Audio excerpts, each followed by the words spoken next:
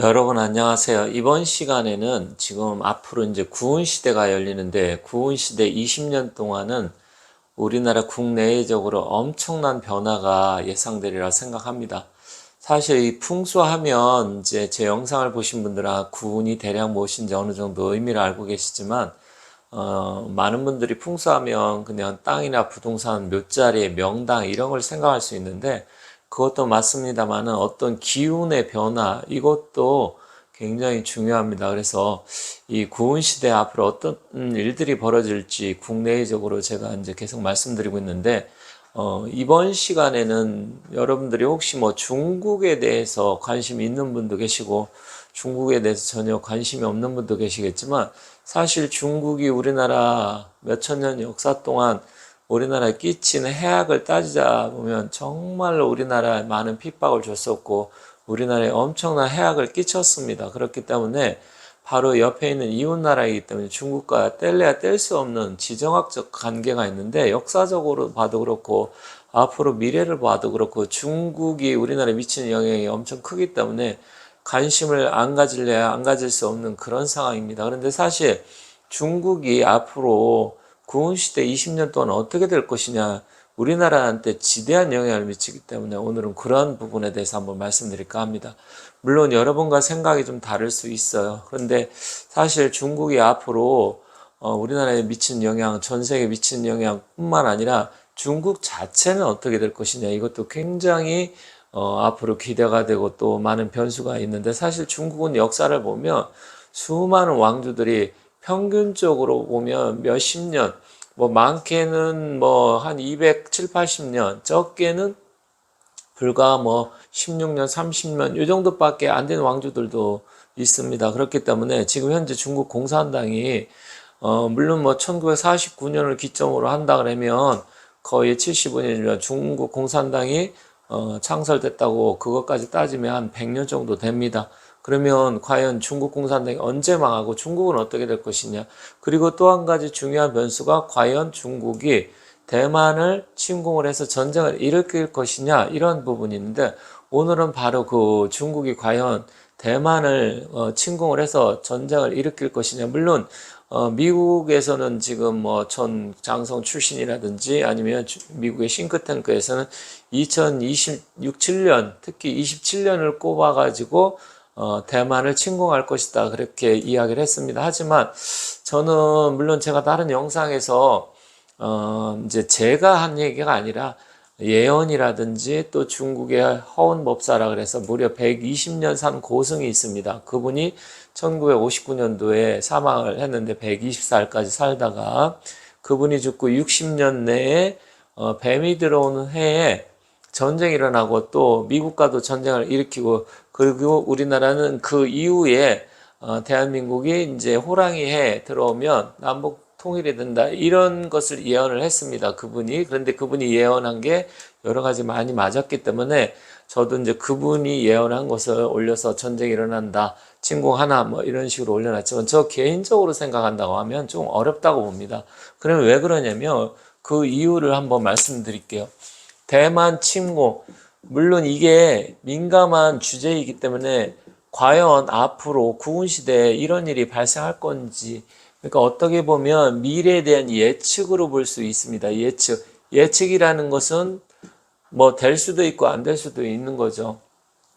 그렇지만 저는 이제 개인적으로 우리나라에도 상당한 영향을 미치는 사건이 될 수 있어요. 왜 그러냐면 대만 해역 그게 불과 중국 본토 땅하고 해서 한 130km에서 150km 정도밖에 안 돼요. 해협이 좁기 때문에 글로 엄청난 물동량이 가는데 만약에 전쟁이 벌어져서 중국이 대만을 예를 들어서 복속을 시킨다. 그러면 우리나라 이 경제에도 엄청난 영향을 미치기 때문에 심각한 타격을 줄 수 있어요. 그래서 아주 중요한 상황입니다. 그런데 저는 중국이 대만을 침공 못한다. 이 이유가 지금 몇 가지가 있는데 첫 번째 이유는 대만을 침공한다고 하더라도 대만하고 전쟁을 벌이는 게 아니라 미국과 일본 그리고 대만 이 나라하고 전쟁을 벌이게 됩니다. 사실은 미국과 전쟁을 하는 거예요. 미국과. 대만을 침공한다고 하더라도 미국은 무조건 참전하게 되어 있고요. 일본도 참전하게 됐습니다. 왜냐하면 일본 같은 경우는 오키나와서부터 쭉 밑으로 내려면 요나구니 섬이라는 곳이 있습니다. 요나구니 섬. 이 섬이 일본의 끝인데 이게 바로 대만하고 불과 한 100km에서 뭐 120km 정도 뭐 이 정도 얘기를 하더라고요. 조금 뭐 더 한다고 해도 한 100, 한 뭐 2, 30km밖에 되지 않아요.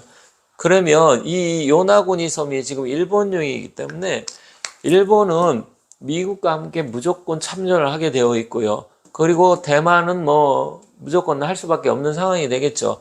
그렇다고 하면 대만 하나만 침공해도 사실 그게 섬이기 때문에 상륙하기가 어마어마하게 힘든데 미국과 일본하고 만약에 전쟁을 벌인다?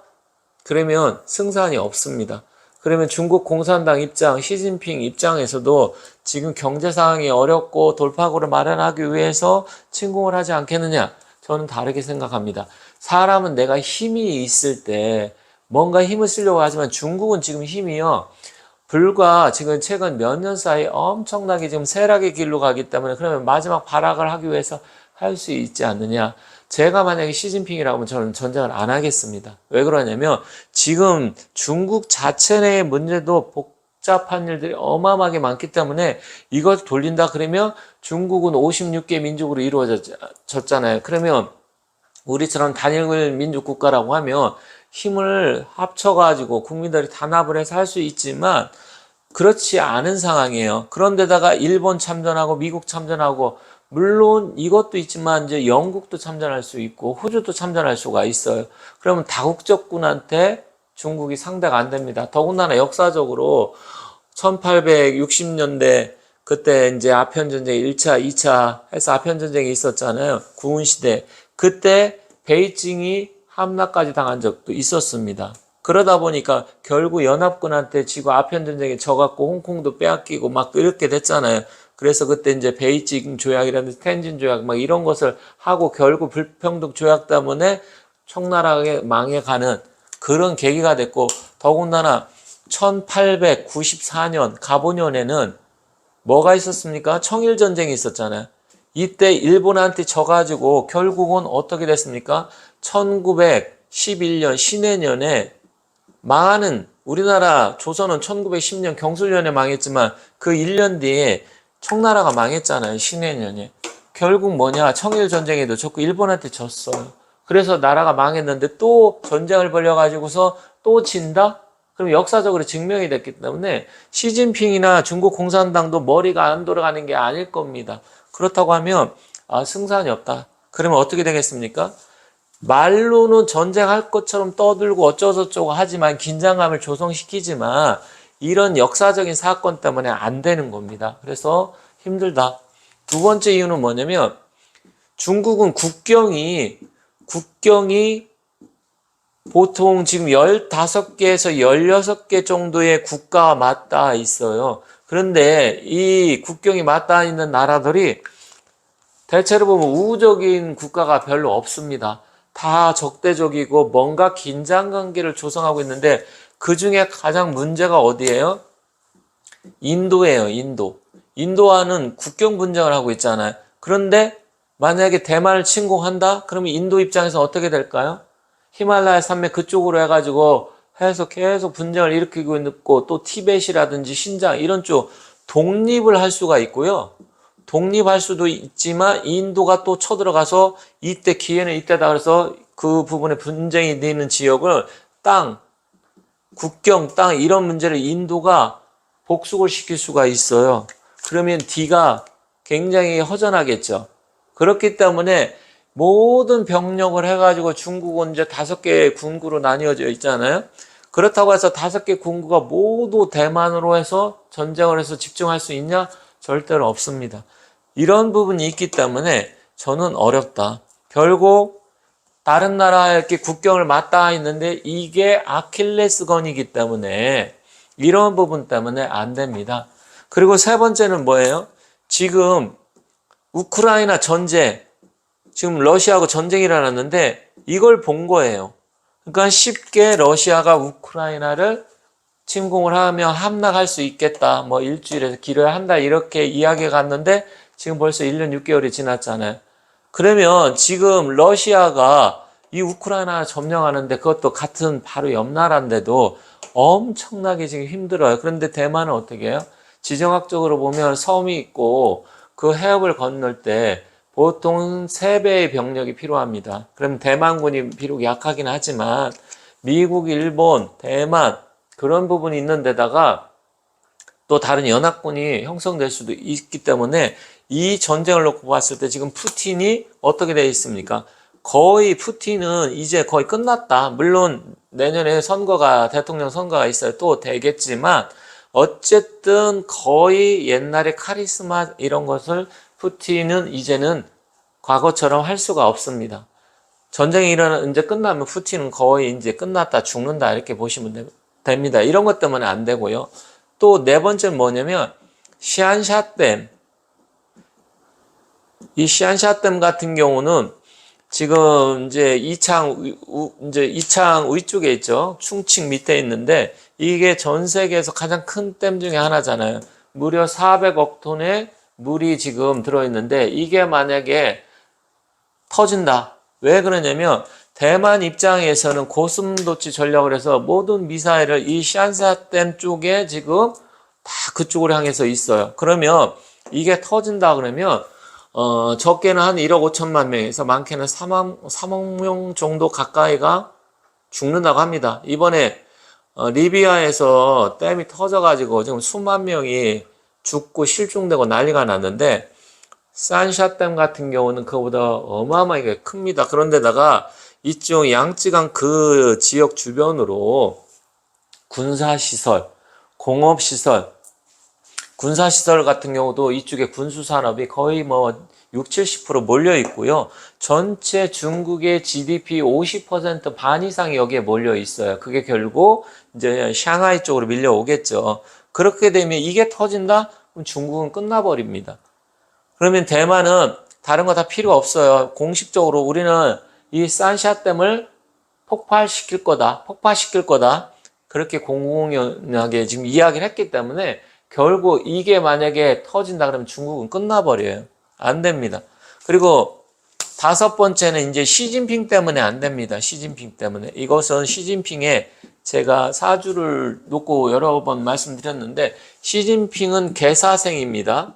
계산이니까 53년생이죠. 그리고 무오월에 태어났고 정유일생입니다. 그런데 여기서 보면 시진핑은 이것도 다 불의 날에 태어났고요. 이제 시간은 모르지만 요 편제 하나 있는데 결국 이게 화다 금용. 그러니까 화가 많아서 금이 다 녹아버리는 건데 이 금을 다른 말로 얘기하면 재성입니다. 재물. 그걸 또 군비쟁제라고 해요. 그러면 어떻게 되느냐? 중국이 시진핑이가 권력을 잡으면서 결국은 이 나라의 곳간이 다 녹아난 거예요.